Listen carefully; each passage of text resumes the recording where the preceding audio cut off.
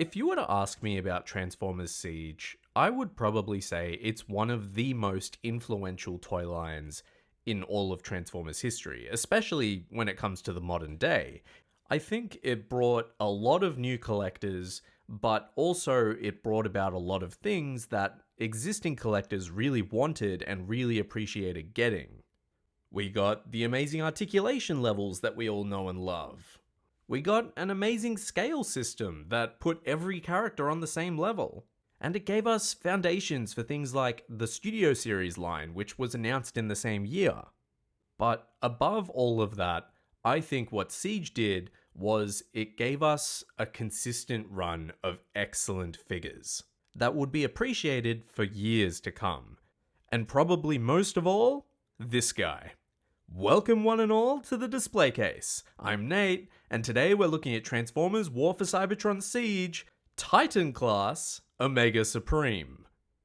Now this is the reissue of the original Omega Supreme that was recently released. On the front of the box we get an amazing artwork of Omega with a whole bunch of Cybertronian chaos happening around him. You really get a sense of his scale with these tiny Decepticons in the foreground absolutely being demolished and fighting for their lives. As well as maybe the second instance, I think, of a character being cameoed in a box outside of its own in Siege Jetfire, the Commander class release.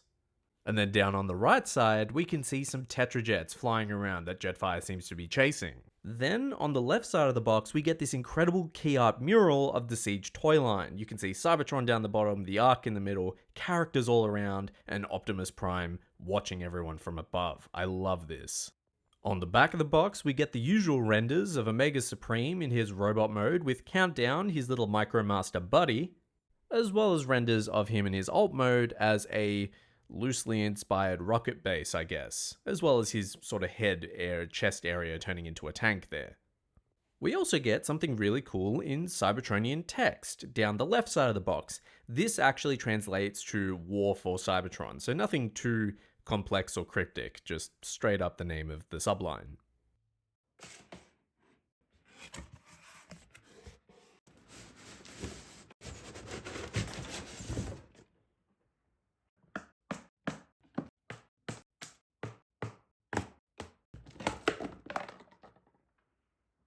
Ooh, if you haven't gotten a Titan in a while, like I haven't, the imposing nature and just sheer size of these guys absolutely blows you away. This guy is definitely the best Titan I've ever had the pleasure of owning.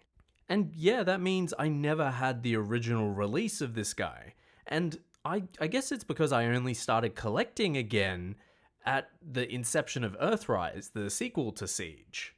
And recently I've been getting into the Skybound Transformers comics, and reading all of those really made me want to pick up this reissue.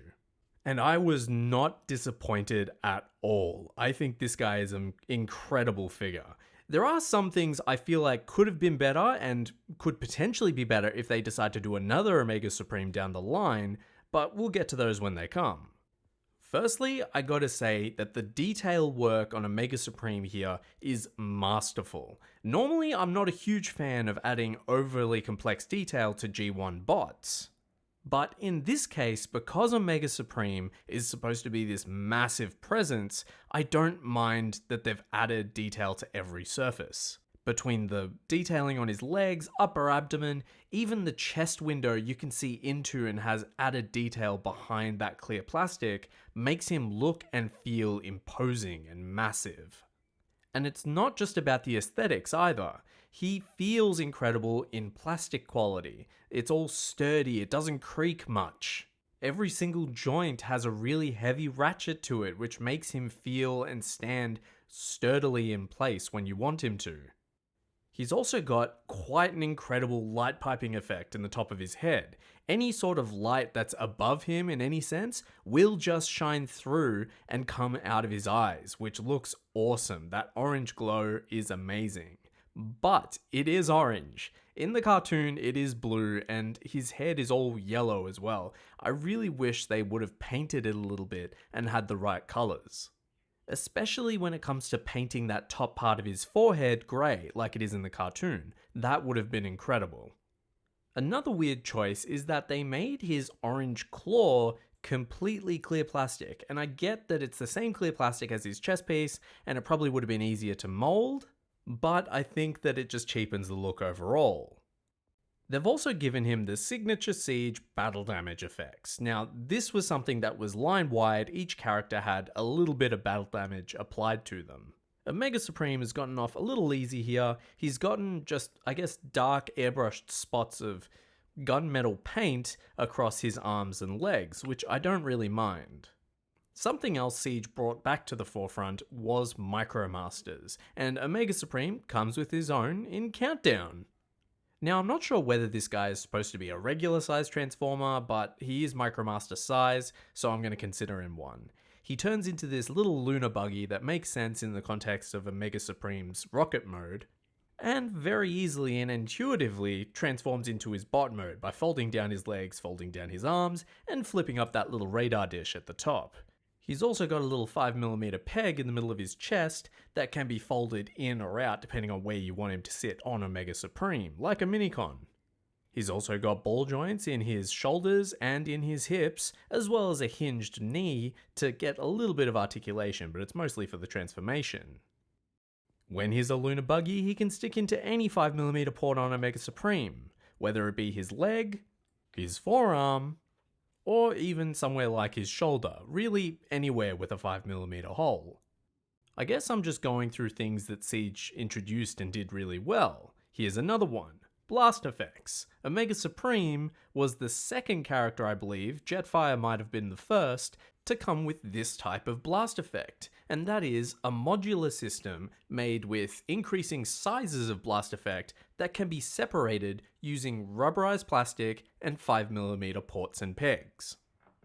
This particular set of blast effects is the same that would eventually come out with Kingdom Rodimus, and comes with one big blast effect, two medium ones, one long one, and three smaller long ones. I am apologizing for that very technical explanation there, but you can fit them onto Omega Supreme himself as well. He comes with these little nubs that fit perfectly inside those blast effect pegs, so you can just stick them on there and they look kind of like little explosions as if he's getting shot. And it is a nice effect. I do appreciate that they gave all the toys in Siege this functionality. It added to that sort of greebly, gritty look that they were going for, which I think works really well. I just want more blast effects in my life. You can lift up Omega Supreme's chest flap things to reveal some really cool and picked out in red looking rockets. These don't have blast effect ports, but they still look really cool. Speaking of extra play functionality, you can also open up the panels on Omega Supreme's legs to reveal these little cavities, which I guess you can just put Countdown into. And that's exactly where he's going to stay. Not only does Omega Supreme look great standing still, he also has incredible articulation for Siege's first Titan. He's got a rotating head that can look side to side, as well as he's got this kind of like double jointed system that can help him look really far up and really far down, which just feels and looks incredible. He's got ratcheted shoulders that can move out 90 degrees and rotate all the way around before smacking into his back panels. He's also got rotating elbow joints that can rotate around 360 degrees, as well as ratcheted elbow joints that can move up 90 degrees. His entire claw hand assembly can rotate around on a ratchet, as well as his fingers, which are individually articulated and all on ratchets, except for his second knuckle, which are on friction joints. He's also got a very nice and satisfying ratchety rotating waist, ratcheting hips that can move forwards, backwards, and all the way sideways, a ratcheting 90-degree knee bend, with a ratcheting thigh swivel, and to cap it all off, ratcheting 45-degree ankle tilt. So this guy is not only one of the most articulated Titans that I've ever had the pleasure of toying around with, but it's also one of the most balanced. I was able to get this guy in a really good pose without an issue. Each joint being a ratchet for the most part makes it incredibly easy to be able to leave this guy in a pose and not have to worry that he's going to get loose over time or break, because the ratchets aren't even that tight. They're just good enough to keep him as you want him. I think the only things that could have made him better in this regard are a butterfly joint, maybe some up and down movement in the feet, as well as maybe some tilting action in the head, because he can only look up, down, and sideways. But even those things I think we're only just starting to get now, so maybe in the next iteration of Omega Supreme. His scale is also something I've heard people talk about, and yes, he is very big here, but I kinda like it. It suits most interpretations of Omega Supreme. In the cartoon, he did mass shift, so I do understand why they made him so big and why they wanted to give him this style of presence as a Titan. Speaking of mass shifting, Omega Supreme is very unique in that he actually splits into separate components to turn into his rocket and his rocket base.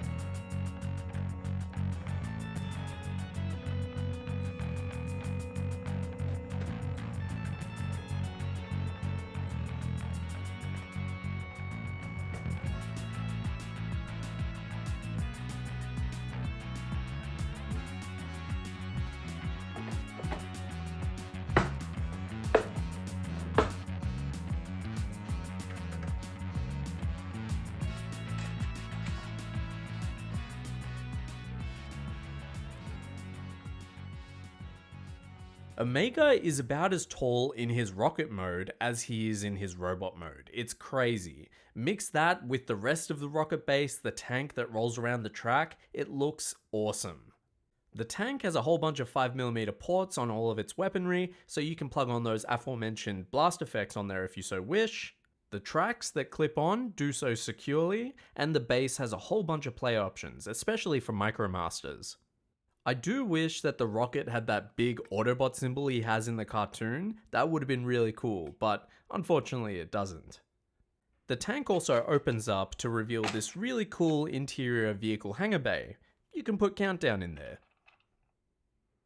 Just like before, you can also open up the side panels on what was Omega Supreme's legs and put Countdown in there again.